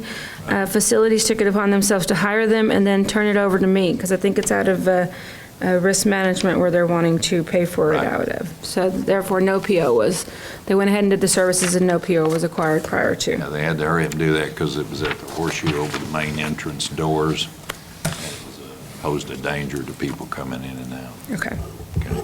So that is all I have for you. Okay, and I have one to add. It's registration, $175 for Commissioner Donnelly, 87th Annual West Texas Judges and Commissioners Conference so he can get his educational hours. We sent it in for registration. Somehow they missed that one. We got to have him registered. Okay. So if you'd add that to her bills. You now heard them. Is there a motion? I'll make the motion to pay all bills, wire transfers, including ones just added. All right. Is there a second? Second. All in favor, say aye. Aye. Aye. Any opposed, same sign. Motion passes. Thank you. Item 40, take action on submitted application for permits to use county right-of-way, utility and line installation, driveway construction, mailbox construction, Precinct 1. I don't have any, Judge. Precinct 2, he has 2. Precinct 3? 1. Precinct 4. I have none. I'll make a motion to approve these. All right, Second. I have a motion and a second. All in favor, say aye. Aye. Any opposed, same sign. Motion passes. Russell, you have any executive session items? I don't have anything, Judge. Anybody on the court? Okay, there's no executive session items, so let's go back and call 29, discuss take action on purchase jury software to clear up the check issue. Yes, sir. I texted Jury Systems, and Mitzi was gracious enough to call her office, and they sent them a copy of a blank check and a printed check, and they said there's no problem for them to connect and use those checks. Plus, they will also be able to use the signature from the computer. Okay, so we have no problem, is that correct? If you'll get the microphone. Nancy, we have no problem with the checks. It sounded good. He said he had other counties that use that same type format check, so Okay, as far as we know, it's going to be okay. based on that, is there a motion? to go I'll ahead, make the Vice? motion. Hallelujah. All right, is there a second? Second. All in favor, say aye. Excuse me. Hold on. You need to include in the, if my understanding is correct, that we're purchasing this under the sole source exception to Yes. competitive bidding. Yes. Include in your motion a finding that this is the sole source for this Okay. product. Okay. I will make that motion that we So declare sorry. this as a sole source purchase Okay. situation from Jury Systems, Inc. Jury Systems, Inc. And also the part about they are going to upgrade their software. And that the language be included to, that they will upgrade within the next 12 months to the new phone systems that we have, and that this will be funded from, you mentioned the source a while ago, Mike. Yeah, it's going to be software purchase account. It actually lies within IT, but Mike's agreed. Capital outlay in From- IT. From that source. Yeah. Okay? Did you agree with that second? Yeah. Second. Have a second. All in favor, say aye. Aye. Any opposed, same sign. Motion passes. Is there any motion to adjourn? Motion to adjourn. Is there a second? All in favor, say aye. Aye. Any opposed, same sign. We're adjourned.